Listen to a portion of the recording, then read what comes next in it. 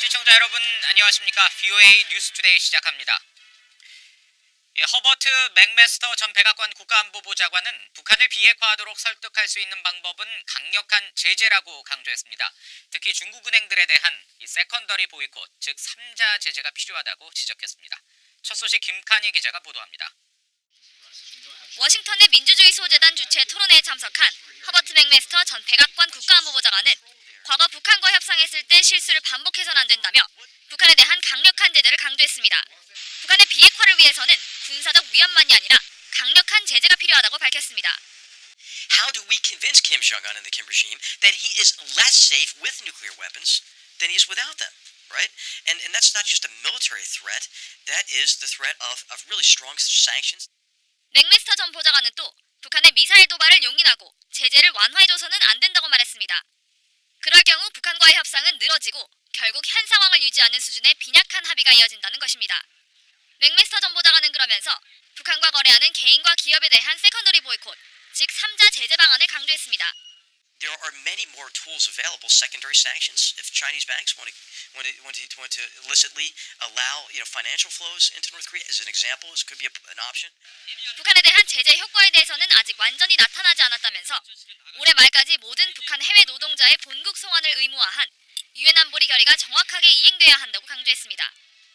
맥메스터 전 보좌관은 또 북한이 핵을 갖게 된 배경은 공산주의 체제 아래 한반도 통일을 원했기 때문이라면서 북한은 그 첫 단계로 미국과 한국의 동맹 관계를 분리시키려 한다고 지적했습니다. VOA 뉴스 김칸입니다. 국제사회는 북한의 핵 개발뿐 아니라 인권 유린에 대해서도 추가 제재를 통해 압박해야 한다고 전 국무부 고위관리가 지적했습니다.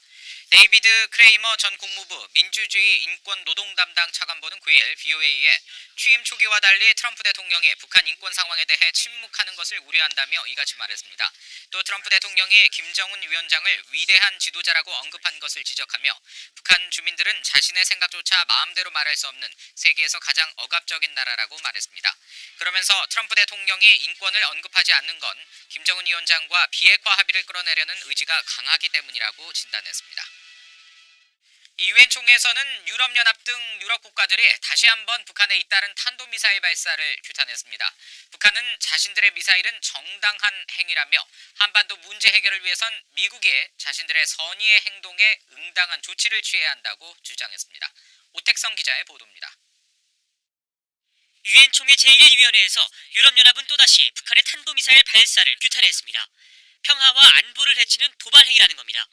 The repeated ballistic missile launches by DPRK, which are violations of multiple UN Security Council resolutions, continue to undermine international work for building trust and establishing lasting peace and security on the Korean Peninsula, free of nuclear weapons.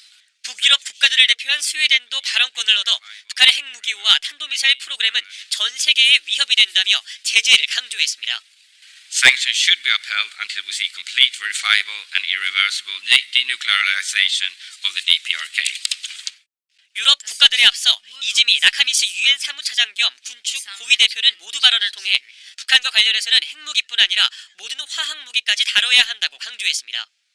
Any use of chemical weapons is abhorrent and constitutes a serious violation of international law.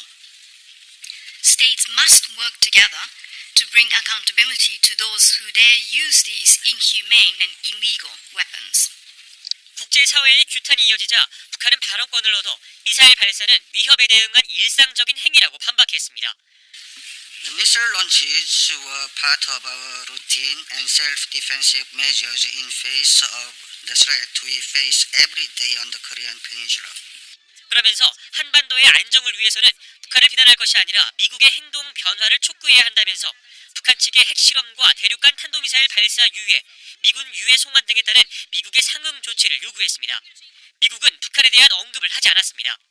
국무부 대변인실 관계자는 북한 발언에 대한 VOA의 논평 요청에 북한은 한반도의 평화와 안정을 보장하고 비핵화 달성을 위한 지속적이고 실질적인 협상에 임할 것을 촉구한다고 밝혔습니다.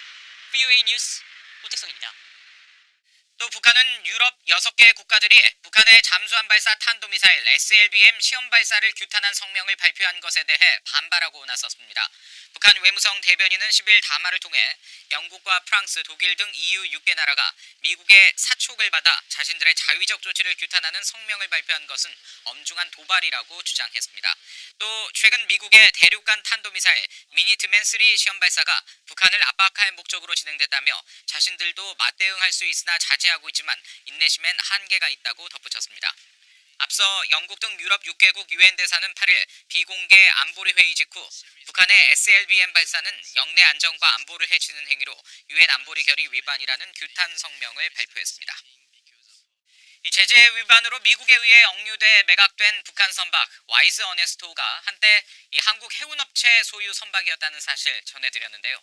이 업체는 정상적인 매각 절차를 밟았다며 북한과의 불법 거래 의혹을 부인했습니다. 함지아 기자의 보도입니다.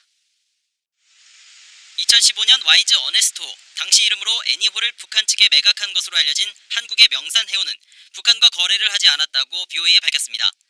자신들은 매수인이 북한과 어떤 관계가 있는지 알 수 없었으며 정상적인 선박 매매 계약서를 통해 매각을 진행했다고 해명했습니다. 매수인에 대한 구체적인 정보를 요청하는 추가 질문에는 브로커를 통해 정상적으로 매각했다고 밝히면서 외부 비공개를 전제로 당시 매매 계약서를 BOA에 보내줬습니다. 계약서에 있는 매수인은 홍콩 소재 M사이고 그 옆에 또는 매수인의 지명자란 문구가 적혀 있습니다. 계약서에는 북한을 추정할 정확한 내용은 없었습니다. 하지만 매수인의 범위가 넓게 규정되면서 제3자 매입 가능성은 열려있던 셈입니다. 명산해운은 북한과 직접 거래하지 않았을 수 있겠지만 북한과의 거래 가능성을 주의 깊게 살피지 않은 데 따른 부담은 예상됩니다.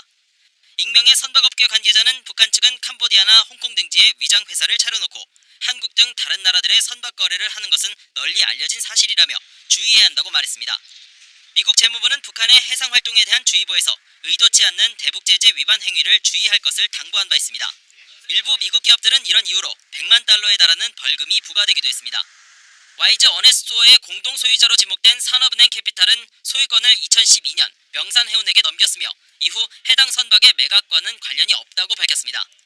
이런 가운데 한국해양수산부는 미국 재무부가 지난해 3월 대북제재 위반 의심 선박으로 지목한 한국업체 소유 루니스호를 특별관리 선박으로 정하면서 운항자로 명산해운을 명시했습니다. 이에 대해 명산해운 측은 루니스호의 관리회사가 아니라고 부인했습니다. BOA 뉴스 함지아입니다. 한국에서 전략 무기로 운용될 미국산 F-35A 스텔스 전투기가 내년까지 모두 26대가 도입됩니다. 한국 공군은 10일 충남 계룡대에서 열린 국정감사 업무보고를 통해 F-35A 전투기가 올해 말까지 16대가 도입되고 내년에도 16대, 2021년에는 10대가 추가 도입된다고 밝혔습니다. 5세대 전투기인 F-35A는 최대 속력 마하 1.8, 전투 행동 반경 1093km로 공대공 미사일과 소구경 정밀 유도폭탄 등으로 무장할 수 있습니다. 또 적진에 은밀히 침투해 핵과 미사일 시설, 전쟁 지휘 시설 등 핵심 표적에 심각한 타격을 가할 수 있는 전투기며 한국 공군 고위 당국자는 조종사와 정비사 교육 등을 거쳐 올해 안에 전력화할 계획이라고 밝혔습니다. 북한이 10년 만에 최악의 식량난을 겪고 있는 가운데 미국의 대외 원조기구인 국제개발처가 북한의 인도주의 상황을 깊이 우려한다고 밝혔습니다. 국제개발처 대변인은 10일 미국의 대북 지원 가능성에 대한 BOA의 질문에 북한이 현 시점에서 국제 지원을 요청하지 않았다면서 이 같은 입장을 밝혔습니다. 미국의 인도주의적 지원 여부는 해당 국가의 필요와 다른 나라의 필요, 또 미국 정부의 자금 상황 등 세 가지를 고려해 결정된다고 설명했습니다. 미 의회 조사국에 따르면 미국 정부는 지난 1995년부터 2011년까지에 북한에 13억 1,300만 달러를 지원했으며 이 가운데 절반가량은 식량 지원이었습니다. 이상으로 VOA 뉴스투데이 마칩니다. 함께해 주신 여러분 고맙습니다.